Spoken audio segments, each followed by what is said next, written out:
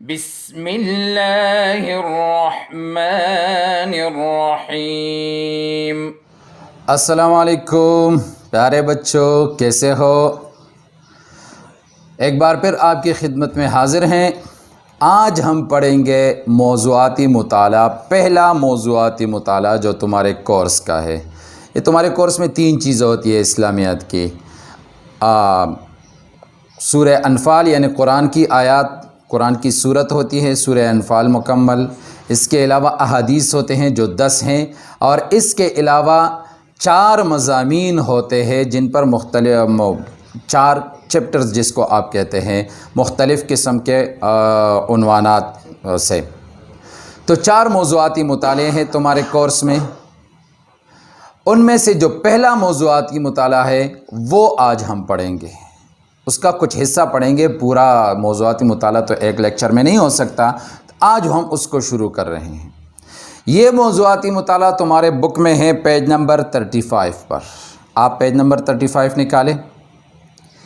جو پہلے ہیڈنگ ہے وہ ادھر ہم نے لکھا ہے، موضوعاتی مطالعہ نمبر 1 قرآن مجید۔ قرآن مجید کا مطلب اس کے نیچے کہ جو پہلا موضوعاتی مطالعہ ہے وہ قرآن کے متعلق ہے، اس میں قرآن کے متعلق باتیں ہوگی۔ کیا باتیں ہوگی قرآن کے متعلق؟ تو یہ 3 باتیں۔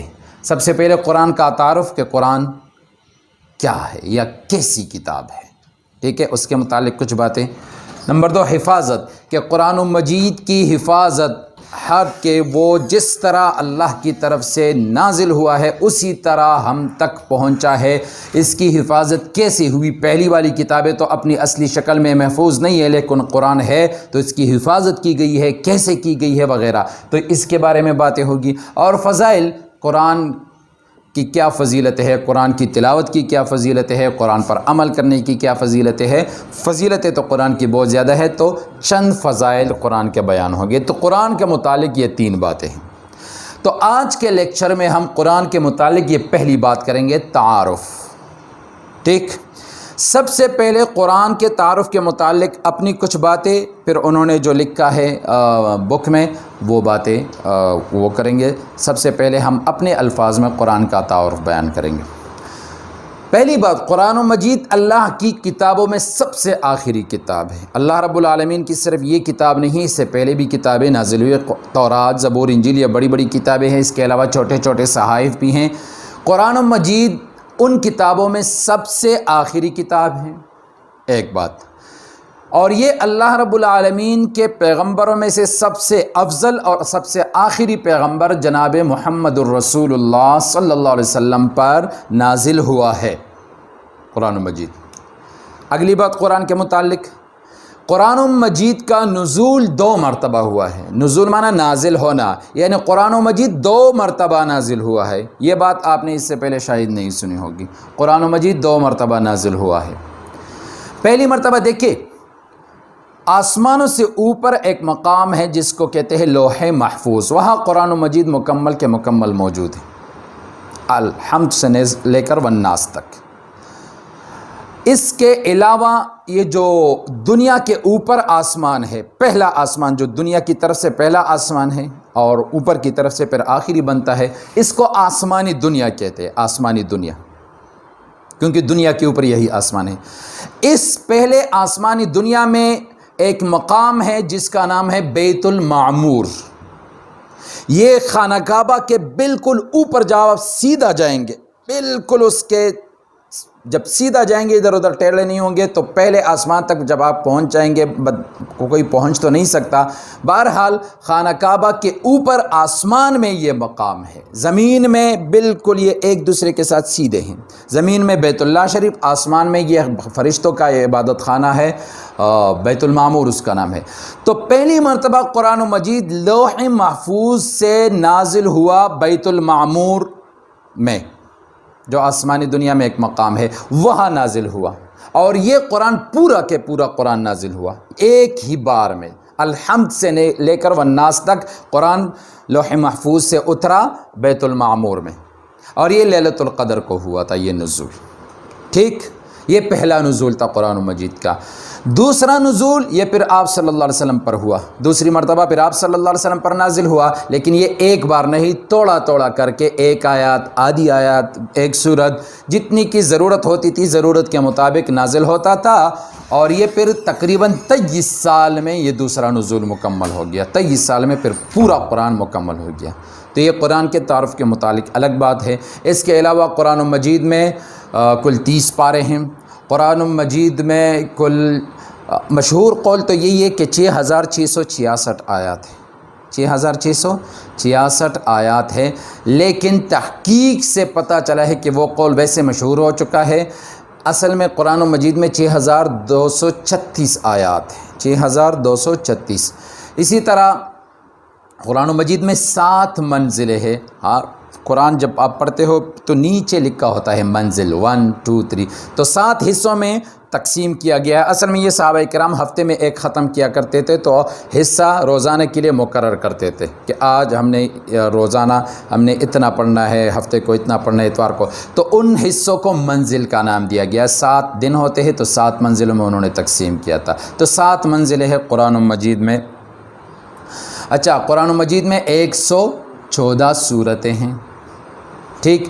قرآن مجید میں 14 سجدے ہیں، 14 سجدے ایسی آیات کہ جس کو پڑھیں گے تو بندے پر سجدہ لازم ہو جاتا ہے، وہ 14 ہے۔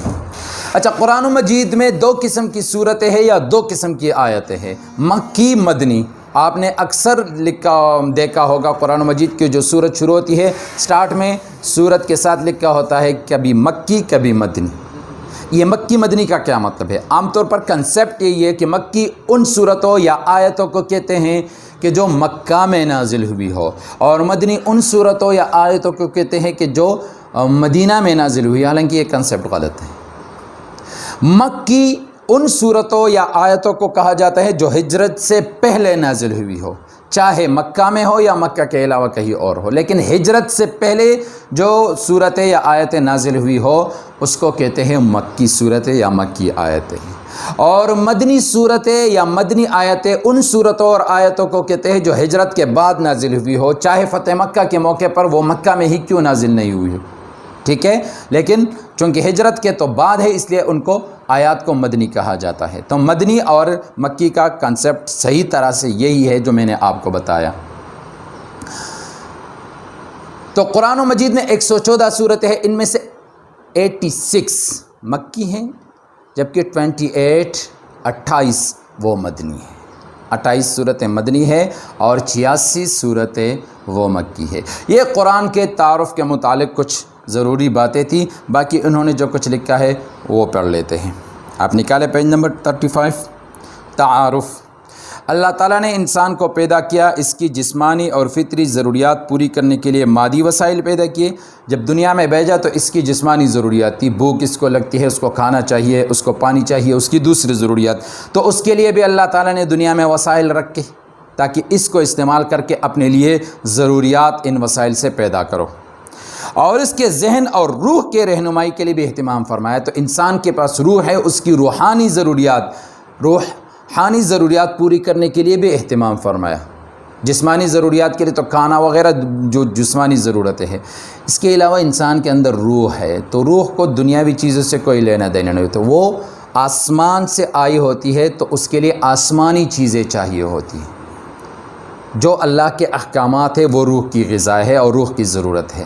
جتنا آپ اللہ کے احکامات پر چلو گے آپ کی روح کی ضروریات پوری ہوگی۔ تو جسمانی ضروریات کے لیے تو دنیا میں وسائل پیدا کیے، کھانے کے لیے بہت سی جو ضروریات ہے، ہر چیز کے لیے وسائل پیدا کیے، انسان کو حکم دیا کہ ان وسائل سے فائدہ اٹھاؤ اور اپنی ضروریتیں پورے کرو۔ انسان کی روحانی ضروریات پوری کرنے کے لیے بھی اللہ تعالیٰ نے اہتمام فرمایا۔ کیسے؟ خود انسان کو خیر و شر میں فرق کرنے کی صلاحیت اور ضمیر کی آواز عطا فرمائی۔ سب سے پہلی بات تو انسان کے اندر یہ صلاحیت رکھی کہ وہ خیر اور شر، اچھائی اور برائی میں تمیز کر سکے، فرق کر سکے۔ انسان کے اندر خود فطری طور پر بائی نیچر یہ صلاحیت رکھی گئی ہے کہ جو اچھا کام ہوگا وہ اس کو اچھا لگے گا، اس کو وہ فطری طور پر انسان کو ویسے بھی لگے گا، کوئی اس کو نہ بتائے کہ یہ اچھا ہے، ویسے ہی وہ اچھا لگے گا۔ اور جو برا کام ہوگا وہ اس کو برا لگے گا۔ البتہ یہ جب انسان بڑا ہو جاتا ہے اور برے کام کرتا ہے تو اس کی جو فطرت ہے وہ مسخ ہو جاتی ہے، پھر اس کو وہ اچھے اور برے میں فرق نہیں کر سکتا۔ لیکن بائی نیچر انسان کے اندر یہ صلاحیت رکھی گئی ہے کہ اچھائی اس کو اچھائی لگے گی، برائی اس کو برائی لگے گی۔ تو سب سے پہلے تو انسان کی روحانی ضروریت پوری کرنے کے لیے اللہ نے اس کے اندر یہ صلاحیت رکھی، لیکن صرف یہ نہیں چھوڑا کہ آپ اپنے اندر خود معلوم کرو، جو اچھا ہوگا اس کو کرو اور جو آپ کو برا لگے وہ اس سے اپنے آپ کو بچاؤ، صرف یہ نہیں کیا، آگے دوسری چیزیں بھی دی ہے اللہ تعالیٰ نے۔ اللہ تعالیٰ نے انسان کی کامل رہنمائی کے لیے انبیاء کرام علیہم السلام مبعوث فرمائے۔ دوسری چیز اللہ تعالیٰ نے اپنے پیغمبروں کو بھیجا، پیغمبروں نے بھی انسان کو بتایا کہ یہ اچھا ہے یہ برا ہے، یہ اچھا ہے اس کو کرنا، یہ برا ہے اس سے اپنے آپ کو بچانا۔ تیسری چیز، اور ان پر کتابیں نازل فرمائی، ٹھیک ہے، پیغمبروں کے ساتھ کتابیں نازل فرمائی، کتابوں میں بھی یہی کچھ تھا کہ یہ کام اچھے ہیں ان کو کرنا ہے، یہ کام برے ہیں ان سے اپنے آپ کو بچانا ہے۔ ہمارے نبی حضرت محمد صلی اللہ علیہ وسلم اللہ تعالیٰ کے آخری نبی ہے۔ جو پیغمبر آتے گئے تو ان میں سب سے آخر میں ہمارے پیغمبر حضرت محمد صلی اللہ علیہ وسلم تشریف لے آئے۔ اللہ تعالیٰ نے آپ صلی اللہ علیہ وسلم پر قرآن مجید نازل فرمایا جو اللہ تعالیٰ کی آخری کتاب ہے۔ یہ تمام بنی نوع انسان کے لیے ہدایت کا دائمی ذریعہ ہے۔ اس سے پہلے والی کتابیں بھی ہدایت کا ذریعہ تھی لیکن دائمی نہیں تھی، یعنی ہمیشہ نہیں تھی۔ جب تک دوسری کتاب آتی اس وقت تک وہ کتاب ہدایت کا ذریعہ ہوتی تھی۔ مثلا تورات وہ ہدایت کا ذریعہ تھی جب تک انجیل نہ آتی۔ جب انجیل آ گیا تو تورات پھر ہدایت کا ذریعہ نہیں رہی، پھر انجیل بھی قرآن کے آنے تک ہدایت کا ذریعہ تھی۔ جب قرآن آ گیا تو انجیل بھی منسوخ ہو گیا، لیکن قرآن ہدایت کا ذریعہ ہے قیامت تک، ہمیشہ کے لیے۔ تمام سابقہ آسمانی کتابوں کی تصدیق کرتا ہے قرآن مجید، تمام آسمانی کتابوں کی تصدیق کرتا ہے، مطلب یہ اللہ کی کتابیں ہے، یہ قرآن کہتا ہے، ٹھیک ہے۔ ان کی باتوں جو ان میں باتیں تھی ان سب باتوں کی تصدیق کرتا ہے۔ ان میں توحید کی بات ہے تو قرآن میں توحید کی بات، ان میں آخرت کی بات ہے تو قرآن میں آخرت کی بات ہے، یہ مطلب ہے تصدیق کرنا۔ اللہ سبحانہ و تعالیٰ نے پچھلی امتوں کے لیے بھی انبیاء کرام علیہم السلام مبعوث فرمائے تھے، ان میں سے بعض پر کتابیں بھی نازل فرمائی تھیں، سب پر نہیں بعض پر، لیکن ان کی تعلیمات اور ان پر نازل شدہ کتابیں اپنی اصلی حالت میں محفوظ نہیں رہی۔ قرآن مجید میں ارشاد باری تعالیٰ ہے وَأَنزَلْنَا إِلَيْكَ الْكِتَابَ بِالْحَقِّ مُصَدِّقًا لِمَا بَيْنَ يَدَيْهِ مِنَ الْكِتَابِ وَمُهَيْمِنًا عَلَيْهِ۔ ترجمہ، اور اے پیغمبر ہم نے تم پر سچی کتاب نازل کی ہے جو اپنے سے پہلے کتابوں کی تصدیق کرتی ہے اور ان سب پر نگہبان ہے۔ کیا مطلب نگہبان ہے؟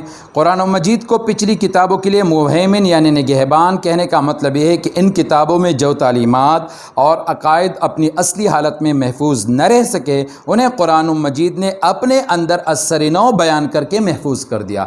جو بہت سی باتیں توحید کے متعلق یا دوسرے عقائد کے متعلق باتیں پہلی کتابوں میں تھی لیکن وہ محفوظ نہیں رہی، لوگوں نے ان کو نکالا اپنے مفادات کی خاطر ان کتابوں سے، تو وہ باتیں قرآن مجید نے اپنے اندر اثر نو بیان کی۔ تو یہ مطلب ہے کہ ان کتابوں کے لیے محافظ اور نگہبان ہوا کہ ان کی جو احکامات اور جو باتیں لوگوں نے نکالی ہے محفوظ نہیں رہی، قرآن نے ان کی حفاظت کی، وہ باتیں دوبارہ انسانوں کو بتائی۔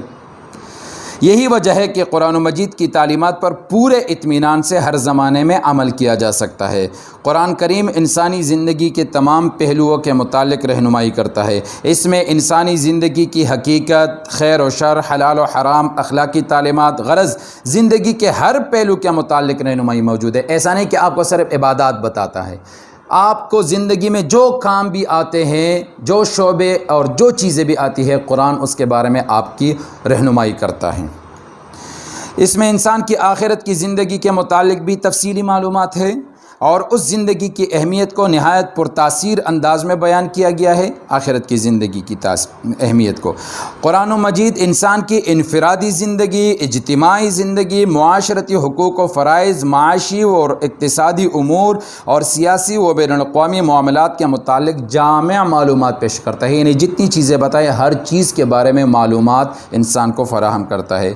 اس میں وہ تمام باتیں وضاحت کے ساتھ بتا دی گئی ہے جن کا جاننا انسان کے لیے ضروری ہے۔ انسان کے پاس حق جاننے کے لیے اس کتاب سے بڑھ کر کوئی ذریعہ نہیں ہے۔ اگر آپ نے حق جاننا ہے تو اس کتاب کے ذریعے ہی ہم حق اور سچ کو جان سکتے ہیں۔ تو یہ قرآن کے متعلق پہلی بات تھی تعارف، قرآن کے تعارف کے متعلق کچھ ضروری اور اہم ترین باتیں تھیں۔ انشاءاللہ اگلے لیکچر میں پھر قرآن کی حفاظت کے بارے میں باتیں کریں گے کہ قرآن کی حفاظت کس طرح ہوئی، اور پھر قرآن کی کچھ فضیلتیں، کچھ فضائل بیان کریں گے۔ وآخر دعوانا ان الحمد للہ رب العالمین۔ اللهم انفعنا بما علمتنا وعلمنا ما ينفعنا وزدنا علما۔